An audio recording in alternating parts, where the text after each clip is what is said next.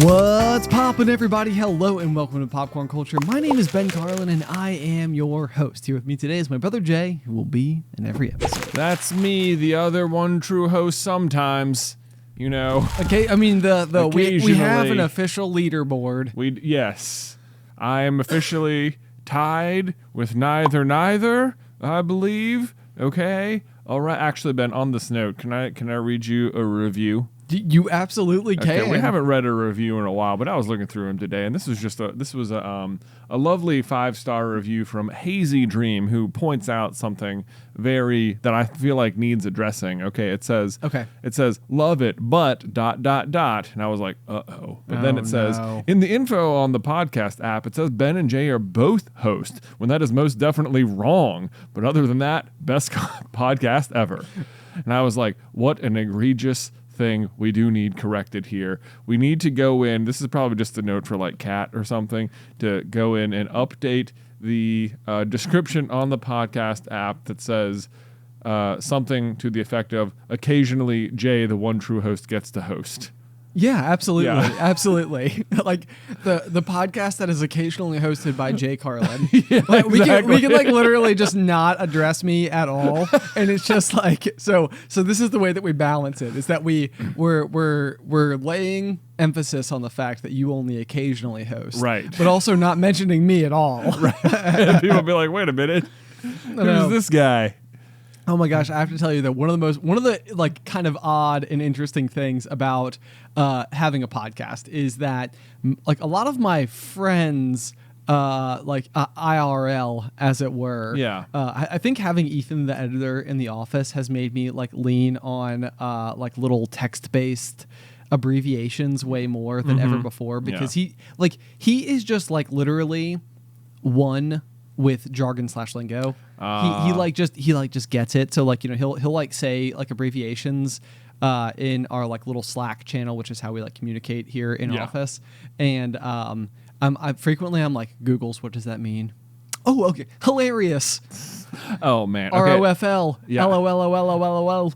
The thing is that whilst it might feel like maybe you're leaning more on like abbreviation communication more than ever before, the present one of the things the TikTok algorithm currently is feeding me is just like people making fun of entire generations, like millennials or Gen Z or boomers or whatever it is. It's always funny to me. It doesn't matter what generation you are, even if it's making fun of me, millennial. I don't care. It's always funny. You're just like, so true. Like, it's so true. It's so fascinating to me that the decade in which you are born plays such a role in like the way you interact with the world, like forever.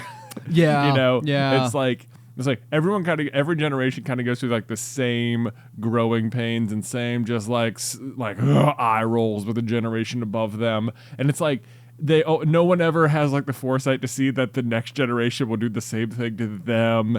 And I don't know. It's just very funny. I want to say that I have had this foresight. I think I have had this foresight my whole life. Like it is like always occurred to me. It's like, y'all realize we're going to be them someday, right? Like y'all realize that this is happening. Ben, it's coming at us, whether we can stop it or we can't. I don't think that sentence made sense. I was just getting really into my... You just like really dived into that accent. My Franklin County roots. Well, see, here's the thing, though. The thing is, even if that was true, you'd just be like, it's still just like, yeah, okay, well, then the thing about millennials is like they sort of had this weird awareness that they would be older than Gen Z at some point, you know? Oh, sure. Like, you'd still fall into it. You can't escape it. You can't escape. Like, okay, so now the trope is that yeah, millennials just realized that this would happen. Right, yeah. It's like, haha. I know. It's so true. But anyway, so anytime they get to the Gen Z stuff, one of the things that they'll always make fun of them for is their absolute is the amount of like abbreviations they use to communicate. And I'll be like, I don't even think that's true. Like they'll be saying all the things. I'm like, I've never even heard of half those things. And I'll be like, oh wait. Hang on a second. It's because I'm old. Yeah. It's okay. I mean, the thing is that eventually they will also be on the outs. Yeah, exactly. You know, the funny thing about it, I think I brought this up Gen before. Alpha. Yeah.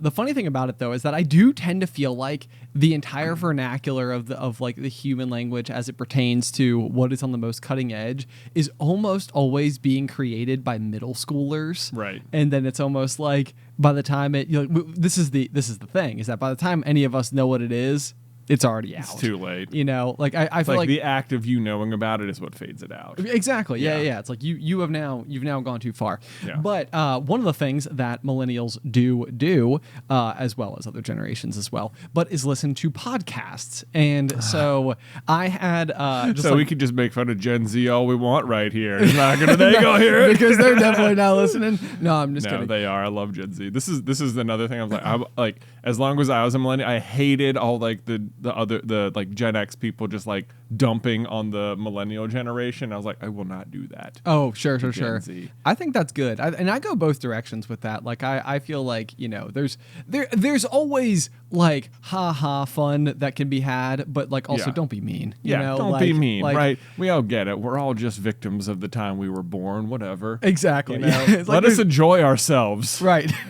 Classic millennial. Classic millennial. But no, so I like doing Super Carlin Brothers. It's always kind of like hit or miss based on like which of my friends have like actually consumed like the content, like the videos and stuff. And it's always funny where it pops up. So like for example, our mom works at like the local SPCA, and she said that just in the past week, she was like going to tell, you know, like the her boss that she was leaving to go grab lunch. And when she did that, she walked in and it was like lunchtime. So her boss was eating lunch at her desk, watching our Lightyear review. What? I know, which I was like, what? Like because they just wanted to know, or because they knew we were mom's sons? Or no, I think just genuinely just like consuming the media as like a form of entertainment, which for whatever reason, it maybe it's like how like nobody in Roanoke has Twitter. It's like I just assume that nobody in Roanoke watches YouTube either. Like it's just not a thing. But no, so the funny thing was, and what brought me to this is the description that we have for the pop, you know, referring to both of us as hosts.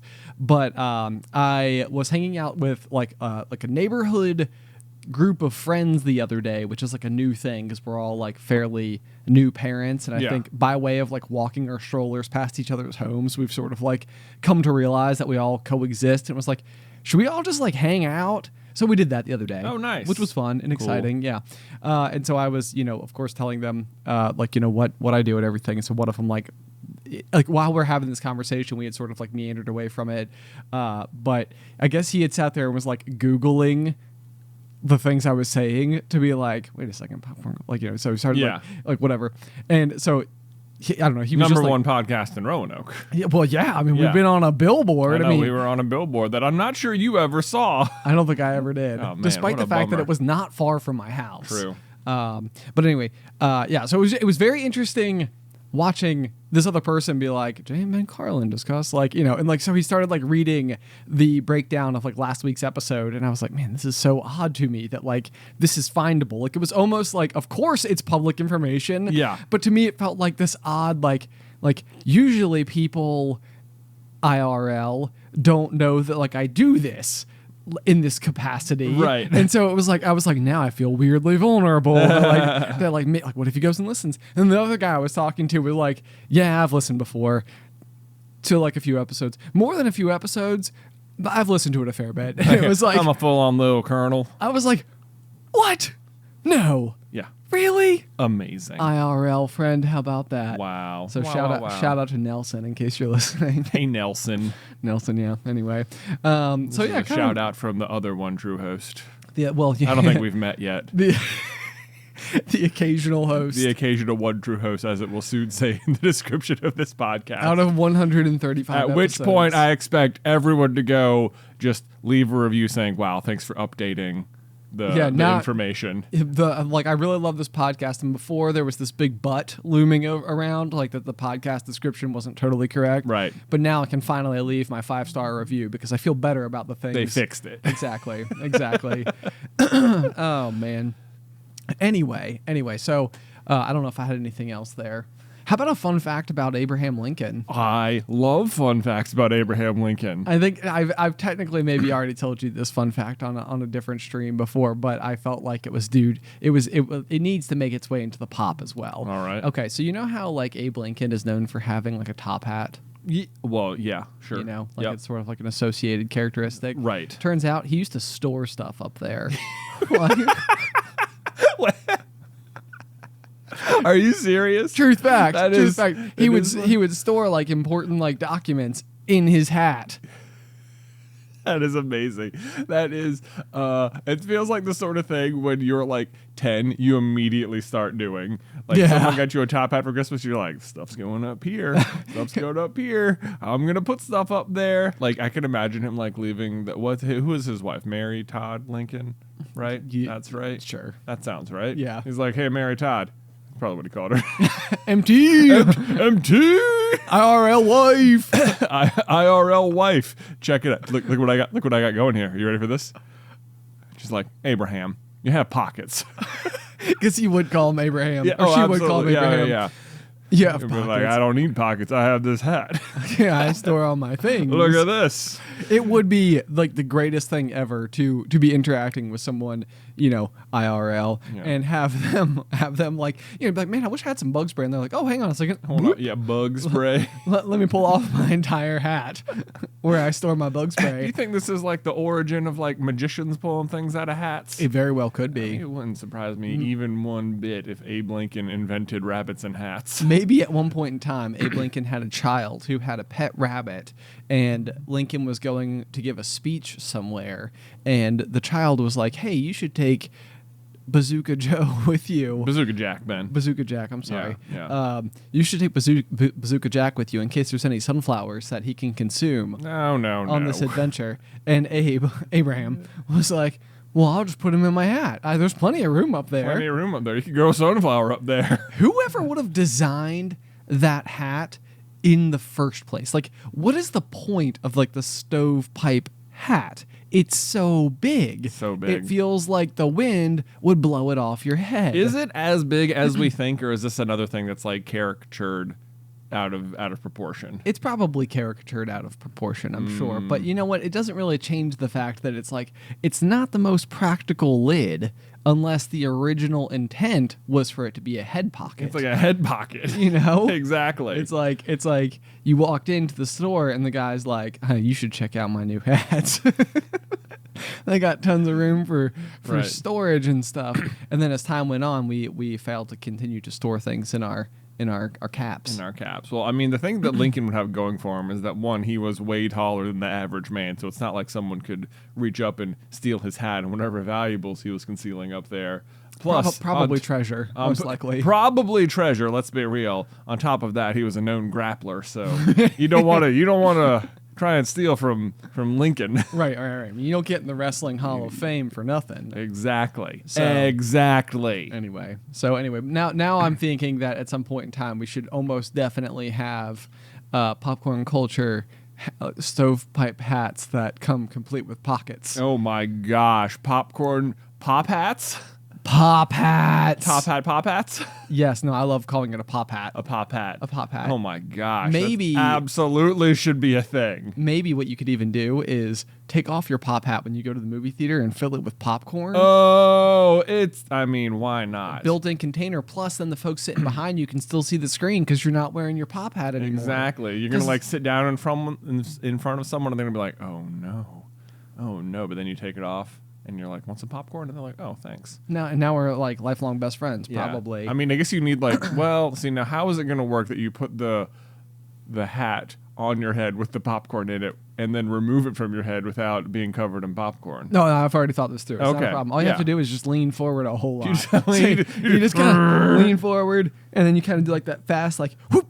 And then the popcorn's all nicely stored right above your skull. Yeah. And then you walk into the theater, of course, and the person behind you's upset, and they were like, "Hey, can you please take off your hat?" And you're like, "I was gonna do it anyway." And you just lean forward again, and then like quickly take it off, and it's like boom. Bucket full of popcorn. Plus, maybe a few hairs. Plus, then additional motivation to finish that popcorn because you got to put it back on at the end of the day. So like get through the popcorn, and then when all is said and done, you still have a hat. because that's the most important thing. Mm-hmm. Usually, the thing I'm most upset about, if I was really going to be honest with you, is that when you go to the movie theater and buy a bucket of popcorn, that the bucket doesn't double as a hat. That's the problem. That's the biggest problem I have with movie theater popcorn. Probably ranked far above the current going rate of a jumbo popcorn. Oh, is that it is not also a hat? Is that it's not also a hat? Okay. It feels like a very disappointing, total. It does feel like if it's gonna go to the trouble of costing $10, it could at least be a hat. Right. Yeah. All things should be at least somewhat capable of being a hat. Yeah, look at this duck. It's basically a hat for this trophy right now. Exactly. Yeah. Exactly. So anyway, hats. We should consider incorporating them more into movie theaters. That's what the movies are missing. Things to block your vision. Well, no. But then not block your vision because they're full of popcorns, because they're pop hats. Right. Anyway, one of the things that I've been kind of curious about lately, Jay, as we're going to transition with no other segue available, is the slight fear, in my most recent psychoanalysis. Oh boy, here we go. I know. All right. It's like, we didn't expect to get here, but here we are. Is that I am worried, and you'll have to tell me what you think about this. I am worried that I am a control freak, but not in the way you think. Are you trying to control how you think about yourself as a control freak? Well, hold on. Let me. Are you trying to control how you? So millennial. Thanks. I am one of those, so know. Totally tracks. That's I almost wonder if a tiger that was wow, orange and black stripes, just like a tiger, and it's I am a tiger. So do other species experience generational differences like this? Would tigers be tigers back in the 20s? They were so aggressive. They had to fight with everybody back in the. Everything was tigers versus lions back then, and nowadays we just recognize the fact that we both have plenty of room on the savannah, despite the fact that I don't think tigers live on the savannah. I don't think so. Yeah. The jungles. I think jungles. Probably jungles. You know what really I think is confusing is the movie, I feel like this throws a lot of confusion into it, is the movie The Jungle Book. What is the habitat in which bears, panthers, orangutans, wolves, and tigers in one kid in a diaper are all coexisting? That's a diaper that Mowgli's wearing? I mean, in undergarment. Well, now I'm starting to think about it. It's probably cloth diapers, which is very progressive thinking. Very eco-friendly. Sure. That's good, Mowgli, to consider. Yeah. He also doesn't wear any other clothes. Doesn't wear any clothes. Yeah, he's not really. He's pretty one with nature for the most part. For the most part. Yeah. Yeah. Way to go, Mowgli. Way to be ahead of your time. Good for him. But yeah, no, I agree. I don't think that actual ecosystem exists at all. Right. There's way too many apex predators in there. Literally, they should have just incorporated the great white shark just for grins. just like swimming in the river. Right. And that's a saltwater river. Oh, is it? Absolutely. Absolutely, it is. I got things to say. Where's Shere Khan? Yeah. Yeah. Probably would have eaten Shere Khan. Yeah. What was the big snake called? Ka.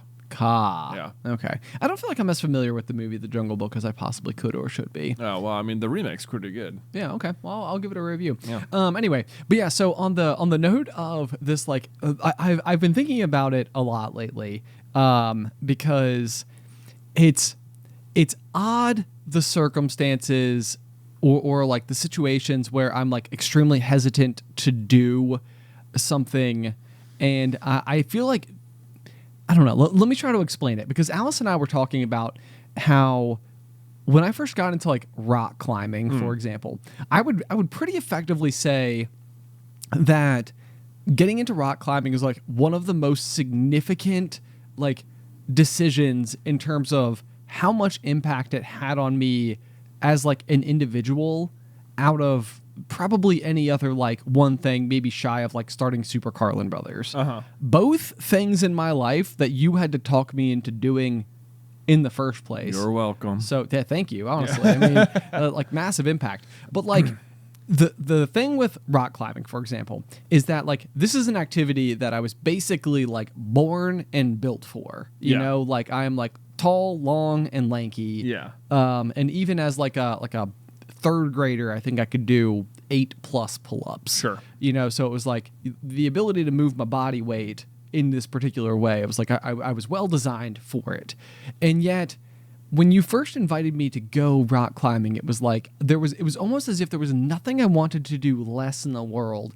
And it wasn't because I didn't have anything like interest in the sport or the activity. It was like, but you guys have already been, and you guys already know like the ropes, and so like I'm gonna go and be an outsider, and that makes me like really worried and uncomfortable because like I don't know what to expect, and I don't know like where I'll stand in like in that equation and stuff like that. Like so it was all just like big unknown, and so it was like despite the fact that it's something I could see myself enjoying, I actually didn't want to go at all until I ultimately did, mostly just so that you guys would stop asking me to go, and then very quickly found the obvious realization that I really enjoyed it because it was something I was like particularly predisposed to do. Right.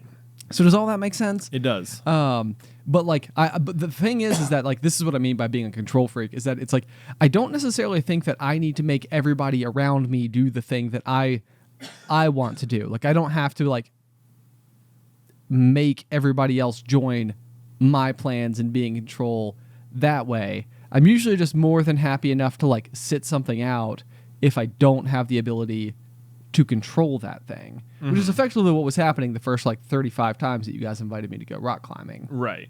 So it's a very like passive form of being in control. It's not like you want to control other people's, you just don't want to feel out of control. Yeah, exactly. Right. Exactly. Which I think is kind of interesting, and I wonder if I can pull this up because I found a quiz on Psychology Today that actually I felt like were good examples of things, and now of course my link is broken, but that's okay. I'll figure it out. Hang on one second. Yeah, do a little copy and paste action here.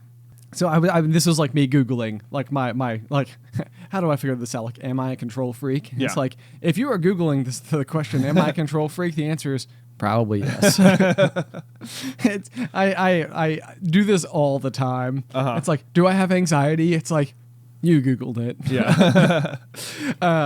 But anyway, so the quiz does talk a little bit about a couple of different things that I found kind of interesting, and the first bit of it is basically the sentiment of the strength-weakness paradox, which basically states that any trait that's one of your best strengths can turn into a liability or a weakness if over-deployed, which I definitely think is...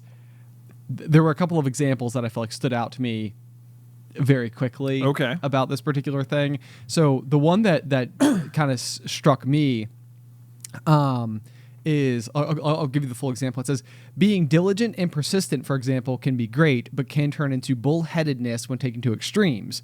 Open-mindedness and willingness to consider all points of view can be great, and it can also make you wishy-washy if you overdo it. Right. That second one is definitely how I feel like I have like slowly become over the past 5 to 7 years of my life.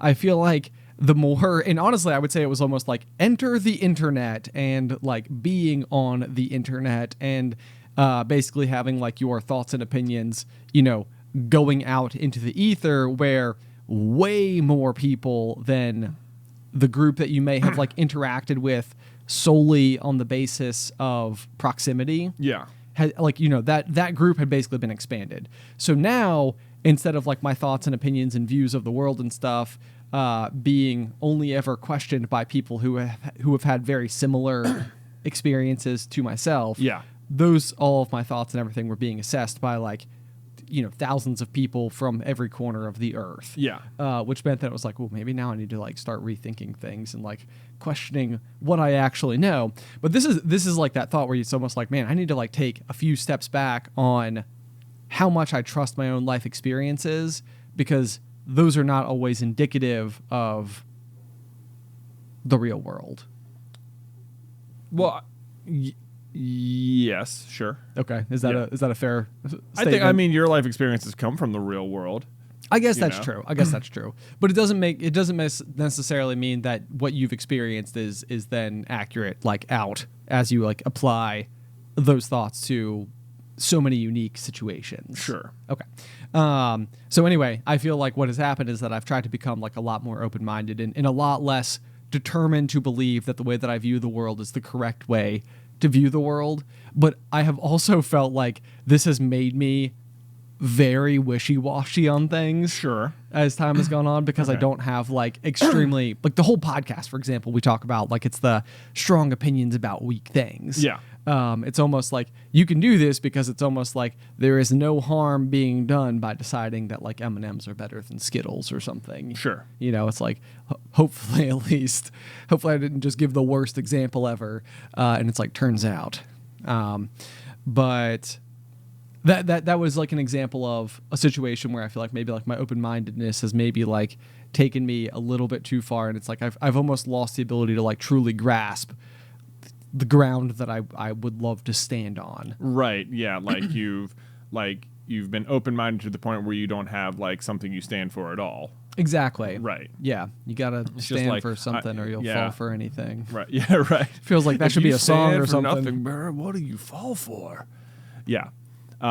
This is sort of like, it's like that's very much like the Aaron Burr approach in Hamilton, is that he's like refuses to ever take a side on anything because there might be people who then people could like weaponize his stance on anything against him, which could hurt his political career going forward. Sure. Whereas then like Hamilton, of course, takes an absolute stand on everything, and that eventually gets him shot. So there's by Burr.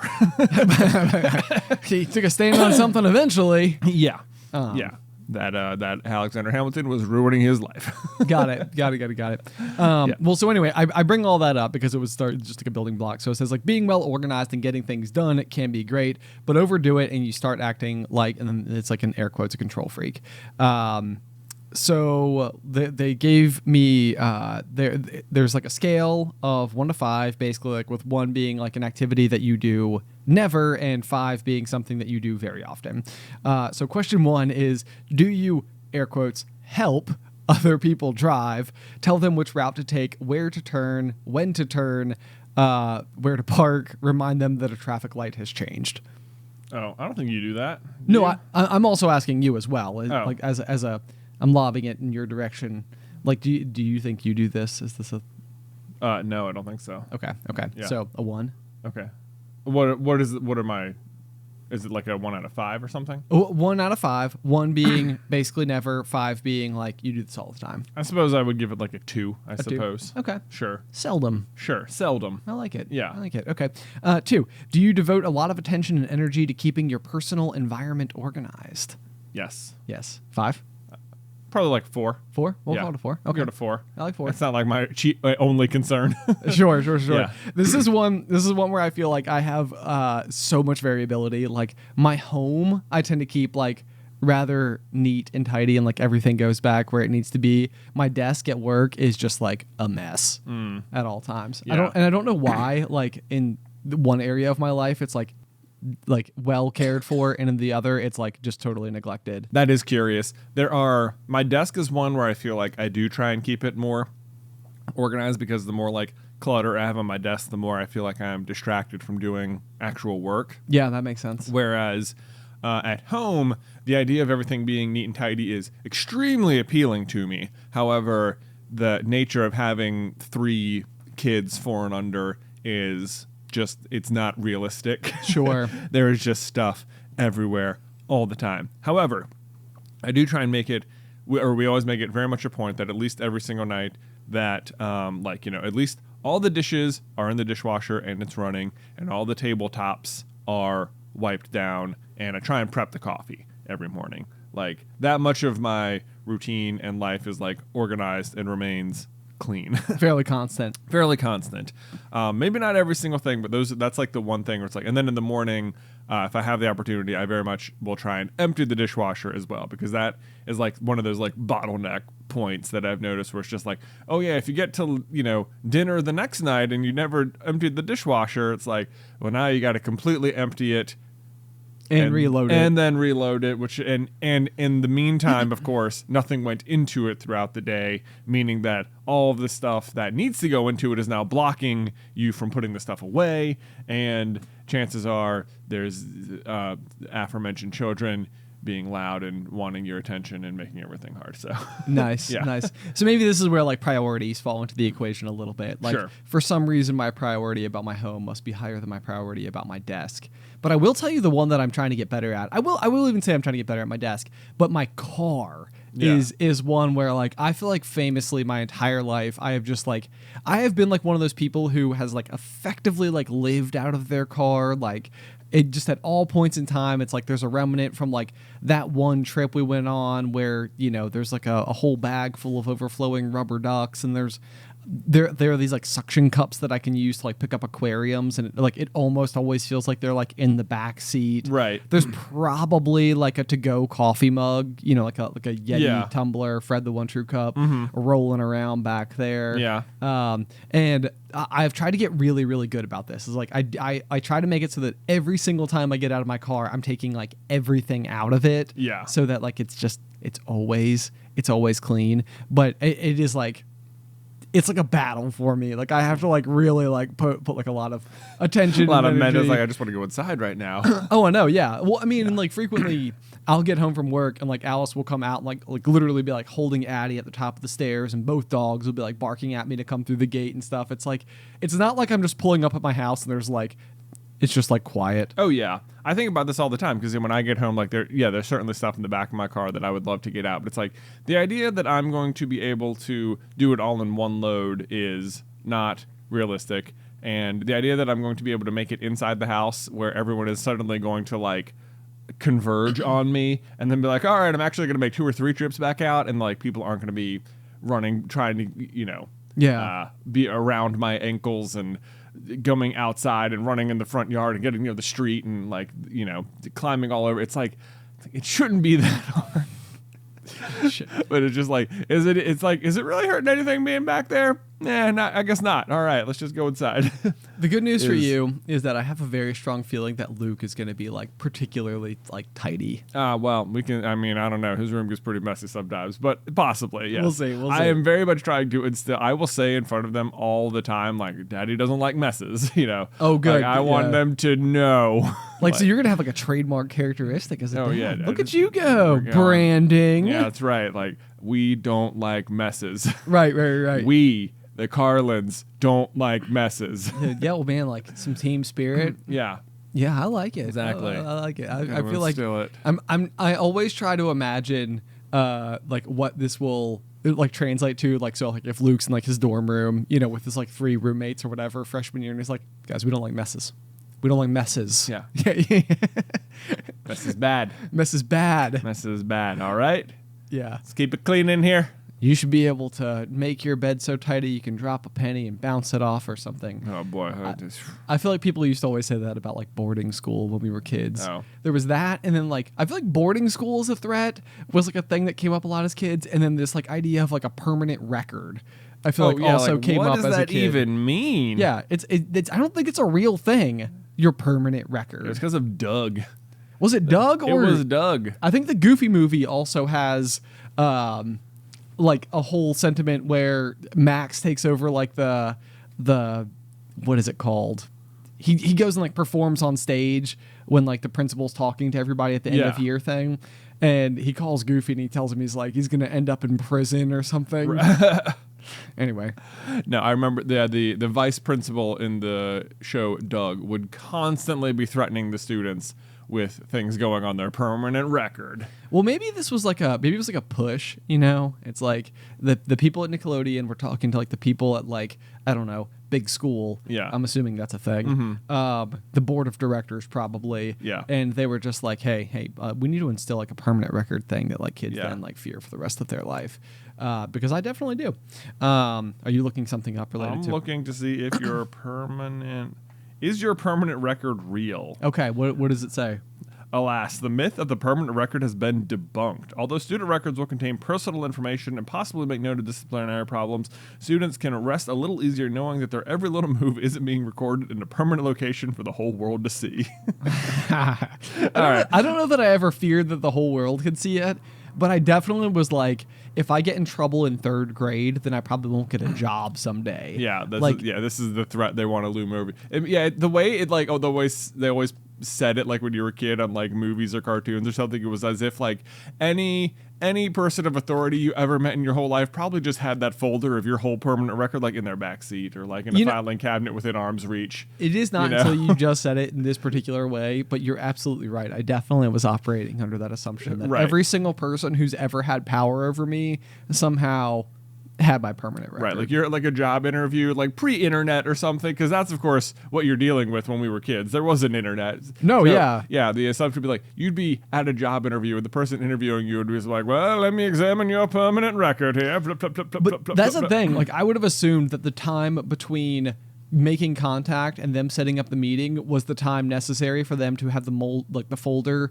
mailed to them, right? Yeah, or faxed or something. Sure. It's like, well, we gotta be sure to have your permanent record so that like when we sit down and talk, like I know all the facts. Yeah. Now I'm gonna determine how much of the truth you're telling me. Right. There's also the question of like who's like the arbiter of the permanent record? Is this being like in what organization is creating the thing to begin with? Like, is this like the FBI or something? Is it the U.S. government? Or probably. Yeah, probably it was like the FBI. But okay, so here's another one of those things, though, is that as a kid, my principal in elementary school, Miss Belcher, got her PhD, and so she became Dr. Belcher. That's a great name for a elementary school principal. I know. I remember like the whole school like celebrated her getting it. And we like had to like, you've been working on your doctorate. Wow. Yeah, no, it was like we actually like performed that for her. Wow. And she came out and cried, and it was actually really like sweet and stuff. But anyway, the point is that like in my mind, I didn't really know the difference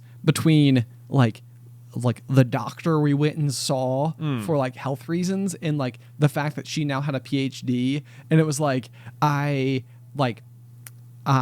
so in my head it was like being a principal was like a huge deal. Like it's in like the same category of like difficulty as being like a surgeon. Right. Not that I'm sure that's not extremely difficult. I'm sure it has its challenges for sure. Right. I'm not trying to downplay the importance of. Ben just insulted every school administrator in America. I'm sorry. That's not what I meant. But anyway, I feel like you get what I'm trying to say here. I know what you mean. Yes. Okay. Anyway, back to my list of are you potentially a control freak? Yeah. Let's segue back to that. Okay. Do you give people a lot of shoulds and oughts, unsolicited advice, suggestions, and constructive criticism? I don't think in general I do. Maybe with like my kids. Well, that's fair. Yeah. I mean, I feel like probably that's part of like your role in their life, is to do those things in some capacity. Yeah. So this was definitely like one of those though where I thought about like everybody I've ever known who did tend to do this, because it does feel like people who give like unsolicited advice, it's definitely like a characteristic of that person. And now all of a sudden I have this like deep felt like empathy and be like, oh man, like you're just trying to control the situation. I'm sorry you don't feel in control already. It's like it's like there's like an empathy that goes out to that. Right. I mean, it's even interesting the way you phrased that just now, like, oh, you're just trying to control the situation, as if like from their perspective, they might not be even aware that that's what they're trying to do. And right, honestly, that is the way I'm forced to see it. Is that like they're see? I think I view like they know they're trying to control things, and like that's what they're trying to do. Oh, see, all right. I wonder about this too, but like I don't think that in most cases, and this is probably where it's like, how good is your own self-assessment? Like, because you have a bias towards yourself at all times. But I don't think that I am typically like operating with a huge amount of like underlying strategy about how I'm trying to like control the people around me. Mm-hmm. Like I'm not trying to like implement a thing so that something else happens. Okay. Like I don't have like underlying motives, sure. I suppose. Mm-hmm. So, but then it also means that I tend to assume that nobody else does have underlying motives, and that could possibly make me naive to the world. Something to assess. Possibly. It's probably a little different for each person. I'm sure. I'll come back next week and see what we can't figure out on that one. Okay. Yeah. Okay. Okay. So you would say that you're not a frequenter of giving unsolicited advice. I don't think so, but I don't think you are either. Okay. Yeah, I'm putting you on the spot a lot because it's That's easier. All right. It's easier than putting myself on the spot. 4. Do you have a lot of personal rules, routines, rituals, or ceremonies? I mean, I don't know if I like. That's a good question. I don't know if I would classify like the word ritual doesn't seem right. But I don't know. Like, I try to develop good habits by doing them over and over. You know. Yeah, I think that's fair. Yeah. I think that's fair. I would say this is like an interesting one, and the thing is that like you're looking for like a cumulative score here, so like doing one of these things at all doesn't like make you a control freak. Sure. It just this is a behavior that could be consistent with someone who is seeking to gain control, but also having control of your life is not a negative thing. Yeah. Like, there's like a difference between being in control and being a control freak. Exactly. Yeah. It's like they balance their checkbook every week so they can control their finances. They're such a control freak. It's like, be like, no, that's just good. That's just you should do that probably. Right. Probably. I don't know. I don't know in the modern age how many people are actually balancing their checkbook, but just like checking an app probably. Checking an app, just check into online banking, see how everything's doing. Right. I would say like a 4 maybe on that one. Then, Okay. Number 5 is, are you the one who takes over and orders other people around when the situation seems confused? This is a weird one. I mean, in most situations in my life, I'm like I feel like I'm in some sort of like semi-authoritative position because we just like own the company where we work at for like 8 hours a day. That is true. We have employees, so it's like that would be the hopeful role we would take. And then at home, it's like I feel like it's not like I feel like me and Beth just sort of have a partnership in that regard. It's true. And the thing is that like the two key environments that you exist in, both work and home. In both cases, you do have like a leadership position. So yeah, I think that's where I'm at most of the time. I'm trying to think like in a social situation. Like I'm imagining like maybe a group of friends who are out and like don't really have a clear plan on like what to do next. Mm-hmm. It feels like this is when this particular instance would like really like rear its head a little bit more, is where like somebody's kind of like, all right, guys, I'm hopping into, we're going to go here. We're going to do that. This person's going to drive. We'll see you then. Right. But again, maybe this is like one of those where does this even happen enough? I know this doesn't happen. There are times for sure when I feel like I am maybe not as like the most or don't feel like I'm the most senior person in the room, but I'm unhappy with how people are organized, and it does frustrate me greatly, feeling like I cannot do anything about it. So a 3. Sure. Yeah, that's exactly. I would say a 3. Okay, yeah. I like it. All right, number 6. Do you dislike depending on others, accepting help from them, or allowing them to do things for you? No. I have this problem. You have this problem? I definitely. I think that this is probably like one of the things that like would have like led me to the worry that this like that I am like a control freak about things. But I really do not like having to depend on anybody else for just about anything whenever possible. I think that is always like my. I don't know. It's always like a fear that I'm either inconveniencing that person by my need to depend on them, like as if I am like now like a burden on their life, right? If that makes sense. But I feel like this is probably like the power dynamic thing, where it's almost like now this is someone who actually has power over me, and I think that like it's almost like they can just take it away at any point in time and just be like, I'm not going to do that anymore, and it's like, but I depended on this. Does that make sense? It does make sense. I think I don't know. It's just sort of like I think that's a matter of reframing. Sometimes it's like you can feel like, oh, this like I don't know, this person, I depend on you to do this. So if you don't do that, then I'm going to be in trouble. But it's like normally there's like some sort of like two-way street or something where it's like, let's say it's like the person who mows your lawn or something. Sure. Like you might depend on them to do that, and then just be like, well, I'm just not doing it anymore. And be like, oh no, like that's the power they have over you. Like if you don't, but like the power, it goes like both ways. It's just like, well, I'll just get someone new. You know. Right. You yes. Like they're relying on you too. I know. This is like the like one of those.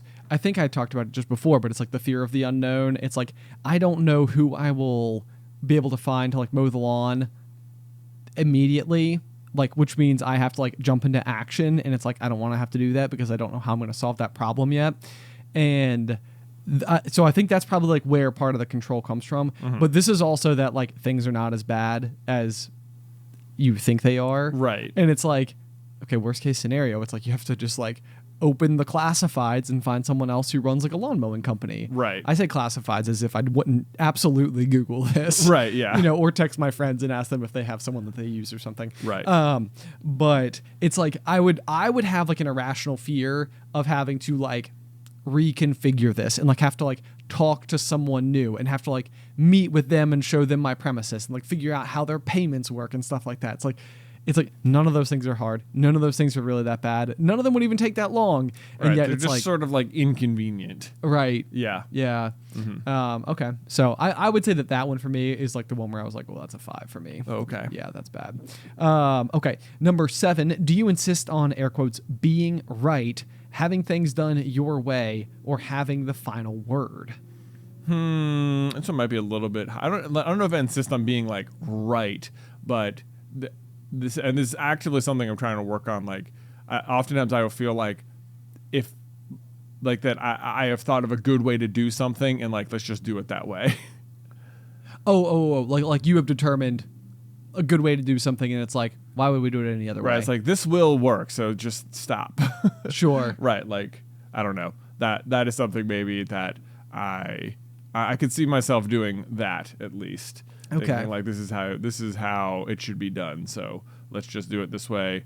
Not waste too much time trying to figure out something that might be like 1% more effective because this is only like a 10-minute task. Okay, well, so let me ask you how I rank on this one then, because my thing is that typically like I'll have conversations with people all the time where they'll say something and I'm like, I don't think that that's accurate at all, but I won't say it out loud. It's like I am like, I feel like in my gut it's like I think you're wrong, but it's also like I don't need to prove it to you. It's like I almost need to prove it to myself that is the case. And so like frequently like I'll have a conversation with somebody like, oh no, that would never happen. And it's like, oh, okay. And it's like I'll like walk away and then I'll be like, will this ever happen? And it's like, yo, yeah, that could totally happen. It's like, huh, they were wrong. They were so sure they were right. All right. And it's like, well, like I will not share that information with them ever. Right. You so just it's like have a private victory. Yeah, I would say it's like I wouldn't even call it a private victory because it wasn't like my point versus theirs. I'm just like I feel like it's like one of these things where people are just so sure that they're right that I'm like, I think you're wrong. Right. But like I don't want to have to be the one to tell you that, so I won't be. But I need to double check for fact keeping purposes. Right. You know, because now it's like an opportunity to like learn. I'll have like a moment that now like. But not an opportunity to teach. Yeah, that's true. Yeah, that's true.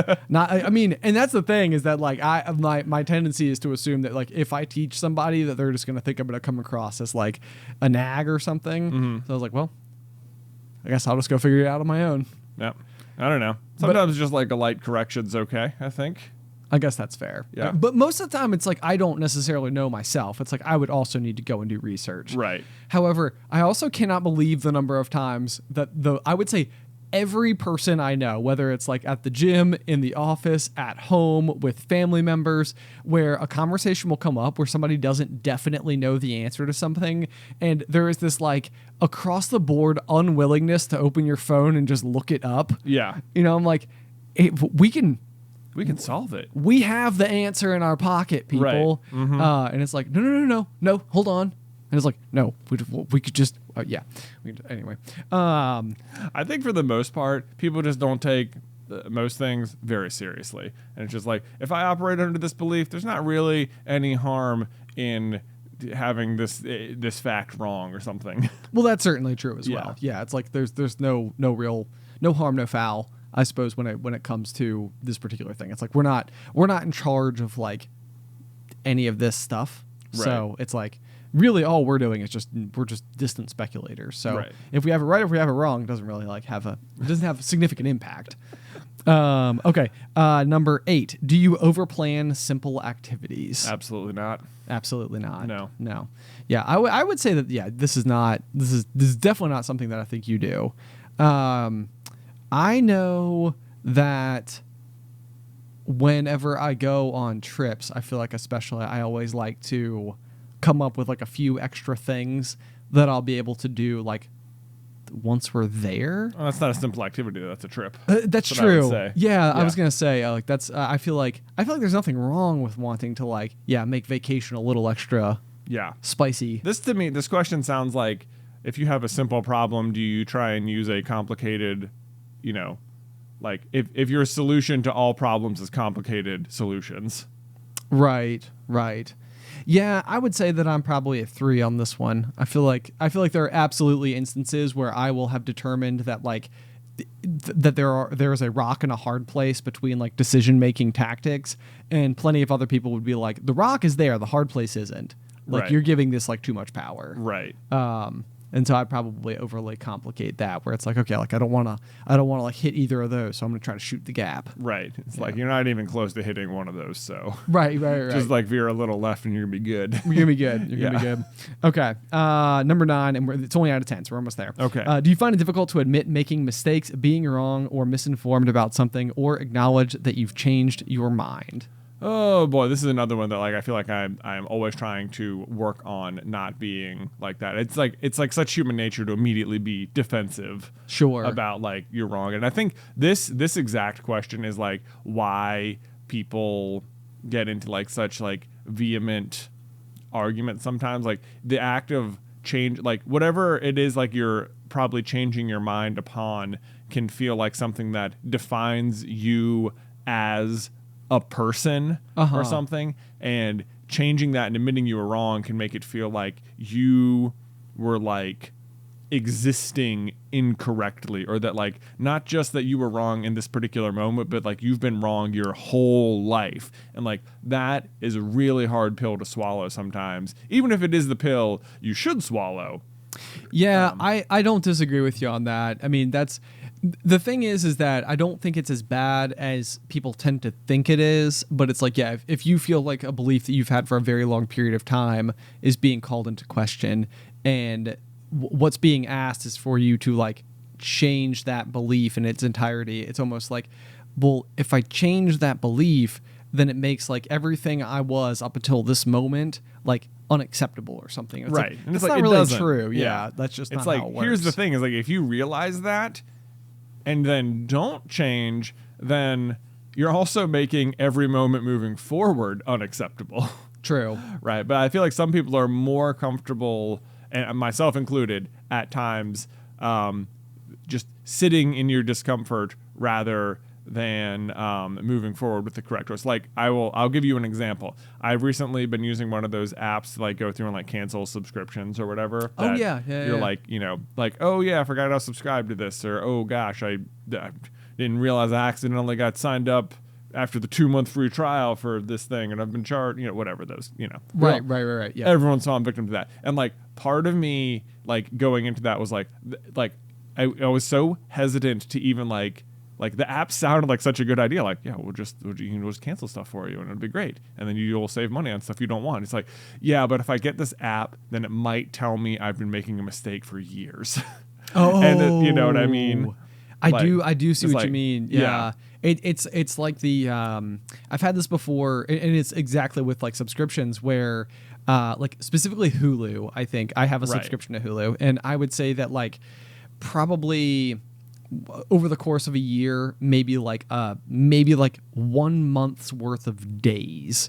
So like I use Hulu 1 in 12 days, but it's usually like all of those days are in the month of June. And it's like, man, have I really been paying like $12 every other month? And like during those months, I didn't even open it. Right. It's like, Well, even this might even be just something like we'll just say like I don't know, like a journal app or something. Oh yeah. Like let's say I downloaded a journal app and it was like, oh yeah, you get try it out for 2 months free or something. Right. Just as a completely random example, and then it like it signs you up and it turns out you've been charged $10 a month for the last 3 years or something, and you're like, oh yeah, I remember I wrote in that once and then I deleted the app and then somehow I just didn't notice this. Right. And it's like the act of like, it's like if I open this app right now and it tells me that I've been paying for this, it means I will have been wrong for the last 3 years. And like, there's part of me that's like,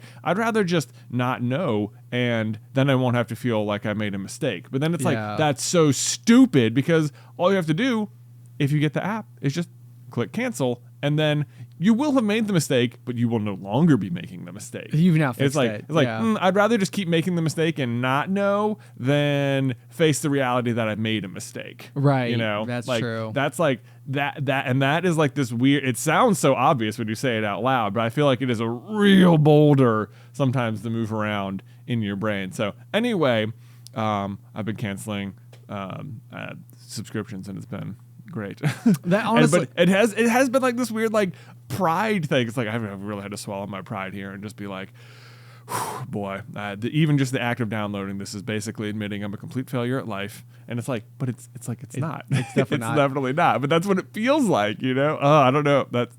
Does anyone else feel that way about stuff? Yeah. Oh my gosh, dude, I can tell you that like the exact way you just described that, I feel like is almost how I feel about running, where it's like I at one point in time was like a semi-competitive in the world of high school athletes runner. Yeah. And it's almost like I feel like I have such hesitation to go out and start running again, because I feel like it's like going out will mean I'll have to see like my mile splits, and I know that my mile splits will be like just not what they were when I was at my absolute peak of, physical fitness. Right. And it's like, but I don't want to go, like, I don't want to discover that. And it's like, yeah, but if you started like 6 months ago when you first had this thought, then like by now you probably would have seen improvement and you would feel like a lot better about it. And it's like, yeah, I don't want to become a runner, because if I do, I'll find out I'm not as fast as I was. And it's like, in the meantime, you're not running at all, and you're just getting worse. Yeah. That's definitely it. Yep. That's definitely it. So, all right, so I'm going to go for a run as soon as I got home from work today. Yeah, probably don't. We got like a long plane ride tomorrow, so it was already leg day at the gym. So. It was. And you have a bad history of having poor leg issues on vacation, so I'm going to ask you not to. Okay, I won't go for a run today. Okay, cool. But I will go for a run in like 11 days. Yeah, okay. Sounds good. Yeah, it feels like a good safe window of time. Okay, last one. 10. Do you become angry, irritable, or anxious when someone or something makes you late, when things don't start on time, or things don't go according to plan? This, I don't know. Like sometimes, like maybe like the control, like the number one thing that gets me like frustrated sometimes will be like if I'm feeling extremely stressed or like I can't control something, what I will do is start like cleaning. I guess. Okay, interesting. Yeah, like I can control this mess. Like that'll make me feel better. I think that's sort of like the inner clockwork that's going on, even if I couldn't express that out loud in the moment. Yeah, no, I do think that is absolutely a thing. Is that you. I think it's like why, like if somebody's going through like a breakup, they like might join a gym or something like that. It's like you don't have the ability to control like necessarily your own emotions attached to like a breakup, but you can control making the decision to go to the gym. Right. And yes. like I think that I think that exactly what you're talking about is like what are the little things that you do in response to a lack of control that give you a perceived sense of control. Right. And I would also say that like I don't think that those things should be like discounted. Like I think stress cleaning is just a thing. Like I think that, like there's like a name specifically for it because it happens. And there are certainly worse ways to have that energy come out than cleaning. Oh, for sure. So I think as long as it's an activity that's like fairly safe and not directly harmful to you or your loved ones or any other human beings, then I will say that it says like if things don't go according to plan. I will say I feel like that does frustrate me sometimes, but a lot of times the situation is that the plan is only in my head, and it's like, yeah, things aren't going according to plan, but no one else knows what I'm expecting. That's true too. That's true too. I will give you an example of one of these though, that because as I was reading this out, I was like, for the most part, like I am like usually the one who is late to things. Sorry to anybody who hates people who are late to things, but that's me. yeah, things not starting on time. I don't know that totally catches me. The things not going according to plan. When we were doing our stream for the 10-year celebration of Super Carlin Brothers on YouTube, we were doing like a trivia event, and I can tell you that we use a program called Kahoot more out of necessity than we use it because we think it's like a spectacular platform, because it's a very easy way to get people all in the same place. Yeah, it is very low barrier to entry, and like on paper it should just work. Yes. Right. Yeah.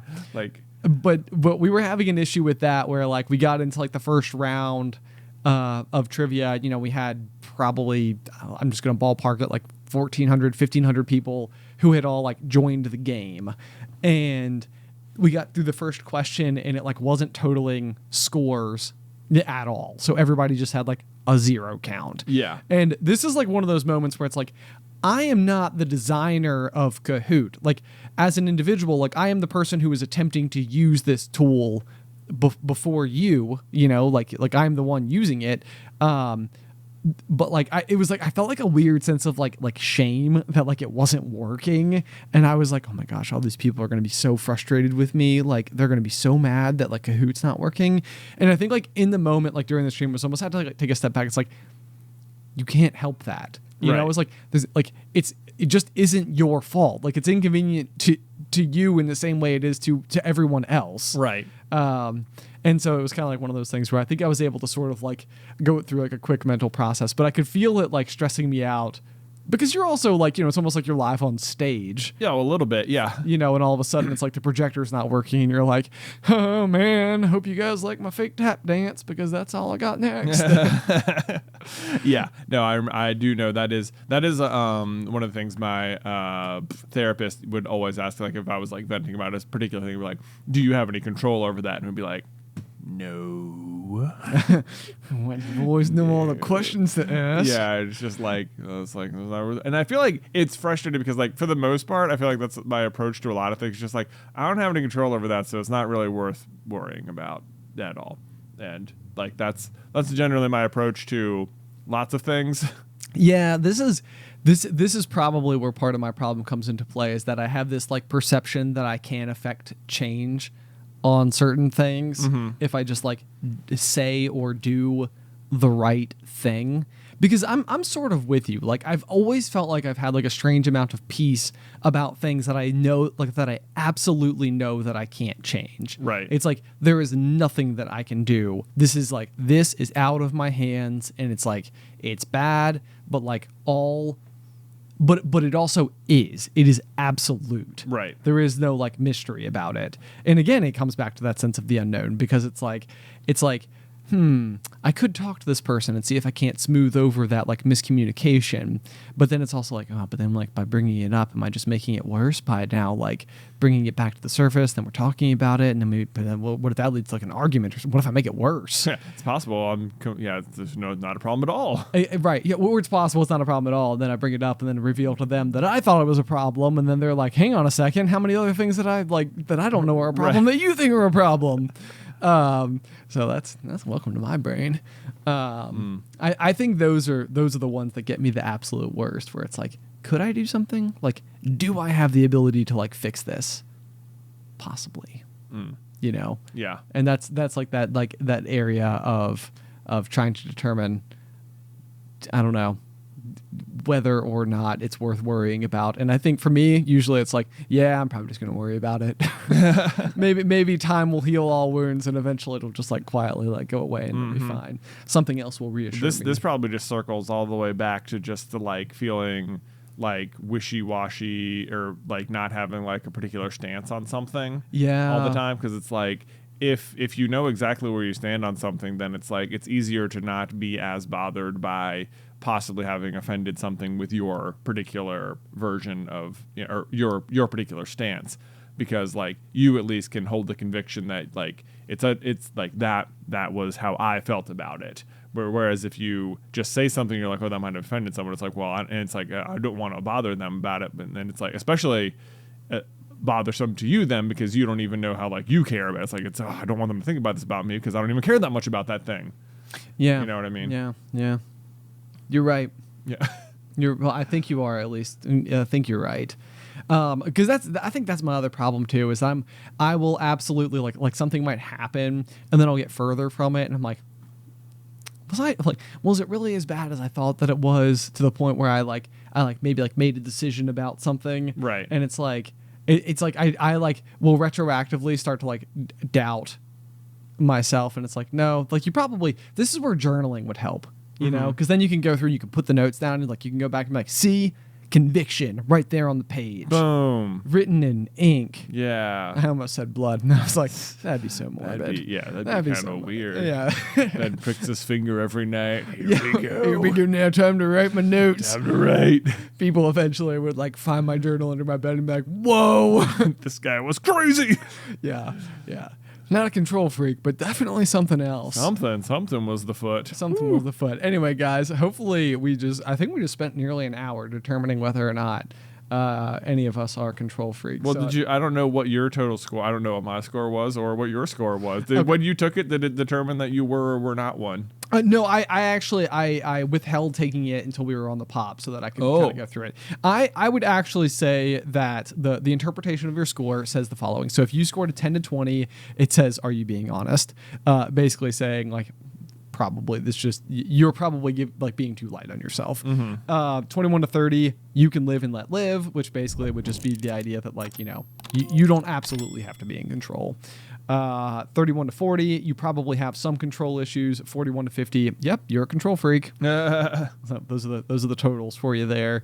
So 10 questions, 5 count, with 5 points being the most you could have for any of those questions if you want to go through and total them all up. I will also be sure to include a link in this week's show notes if you would like to actually kind of breeze through this article from Psychology Today. But otherwise, I think that's all we have time for this week. Yeah, that was pretty fun. It was intro, are you a control freak? Outro. There you go. Look at that. Show. We had a topic and everything. We had a topic. Man. I'm so proud of us. We also talked about how I'm occasionally the one true host and how we need to change the description. Oh, that's true too. Yeah. Make sure we leave me out entirely and just make reference to the fact that Jay is occasionally the host of the show. Yeah. Anyway, guys, thank you so much for tuning in to this week's episode of The Pop. We hope that you have enjoyed it. If you have any feedback for us, you can send that over to popcornculturepod@gmail.com. Or if you would like to support us on Patreon, I would highly recommend the $5 tier, which gives you access to After the Final Pop, which is just an extra 15 to 20 minutes each week of Jay and I talking about something we didn't get to in the main episode. You can check that out at patreon.com/popcornculture. Otherwise, until next time, pop.